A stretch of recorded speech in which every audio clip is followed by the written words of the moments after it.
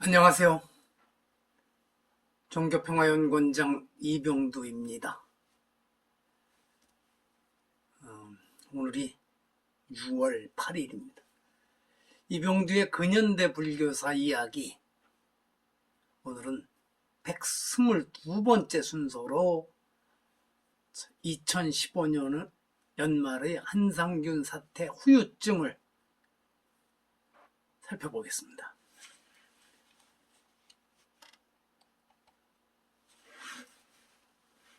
오랫동안 경찰의 수배를 받았던 민주노총 위원장 한상균이 2015년 1월 16일 서울 종로 조계사로 들어왔습니다. 일단 조계사로 들어온 뒤에는 경찰이 그를 잡으러 섣불리 진입하지 않았습니다. 실정법 규정에 앞서 먼 옛날 소도에 대해 권력이 그러했듯 종교시설에 대해 암묵적으로 특별한 기능을 인정해온 관례에 따르는 것이었습니다. 과거 불교계는 내부 진통이 너무 오래 계속된 관계로 독재 정권 시절에 이런 역할을 거의 수행하지 못했습니다. 그 배경에는 정권의 밑보이면 정권 안정을 기대할 수 없다는 현대 불교사가 안겨준 본능적인 반응이 있었고, 1980년 12.7 범란의 후유증이 너무 커서 자칫 따다 또 그런 일을 당하면 어쩌나 하는 두려움이 있었을 것입니다. 그러던 중 1994년 봄의 이른바 조계종 개혁불사 이후로는 분위기가 많이 달라졌습니다. 코레일, 한국철도죠. 코레일과 KT, 한국통신, 그 두 거대 기업의 노조를 비롯하여 공권력에 쫓기는 이들이 조계사에 찾아와 피난처를 구하면 이들을 보살피며 노조원과 정부 또는 사용자 사이의 대화를 주선하여 해결하였지만, 때로는 경찰이 경내로 들어와 노조원들을 강제 연행하면서 불교계와 정부가 첨예하게 대립한 적도 있었습니다. 노조원 문제로 경찰이 4번인가 조계사에 진입했을 텐데 YS 정권 시절에 2번 있었습니다. 어느 때인가부터 종로 5가의 기독교 회관이 쫓기는 사람들을 받아주던 소도 기능을 상실하고, 천주교의 명동성당도 그 뒤를 잇게 되면서 조계사가 이들이 마지막으로 기댈 곳이 되었습니다.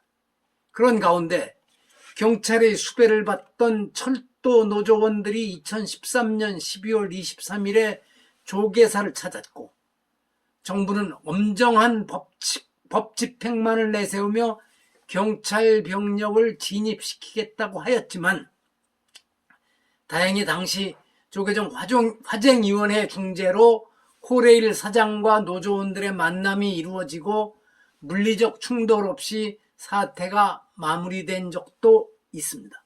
그러나 2015년 겨울 한상균 사태는 해결의 실마리가 보이지 않았습니다. 세월호 사태 이후 전국 주도권을 성실한 박근혜 정권 내부에서는 밀리면 안 된다는 강박관념 때문에 강경론이 우세하였고, 노조 쪽도 비슷한 기류였습니다. 조계사 주변에서는 긴장감이 높아졌고, 최악의 사태를 막아야 할 조계종의 입장은 시간이 지날수록 난처해져만 갔습니다. 결국 12월 9일 수백 명의 병력으로 조계사 주변을 에워싼 경찰이 병력을 진입하여 체포하겠다고 발표한 뒤 총무원장이 하루만 더 시간을 달라는 기자회견을 하는 등 긴박한 상황을 수습하기 위한 움직임이 분주해졌습니다.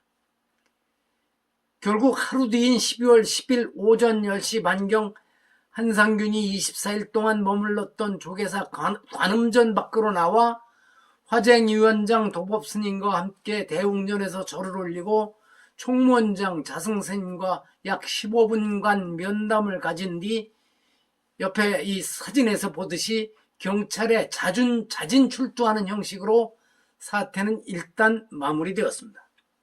그렇지만 조계종, 특히 중재 역할을 자임했던 화쟁위원장 도법스님에 대한 비난이 쏟아지는 등 이 사태의 후유증이 컸습니다.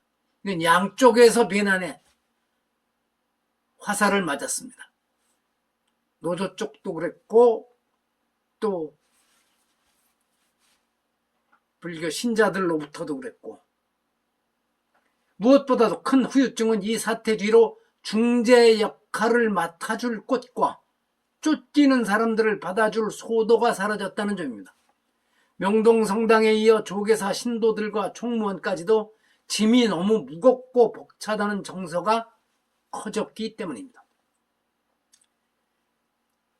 저는 화쟁위원장이었던 도법스님의 입장을 어느 정도 이해합니다만 이 문제 처리에 있어서는 동의하기 어려운 점이 너무 많았습니다.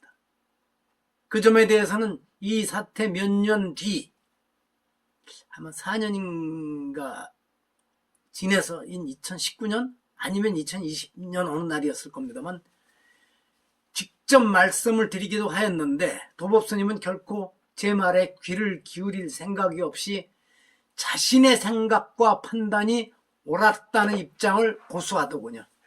그분이 매우 고집스럽습니다. 하긴 그 고집으로 이제까지 일정한 역할을 해왔을는지도 모릅니다. 자, 여기서 마칩니다. 들어주셔서 감사합니다. 조금 더 사족을 붙이면 아직은 그렇게 드러내놓고 얘기하기 어려운 입장입니다만, 이 당시 사태의 전후 과정에서 을 지켜보면서 저도 제 나름대로 생각을 한 것이 많이 있습니다. 언젠간 그 얘기를 다시 또 유튜브를 통해서 말씀드리겠습니다. 들어주셔서 감사합니다.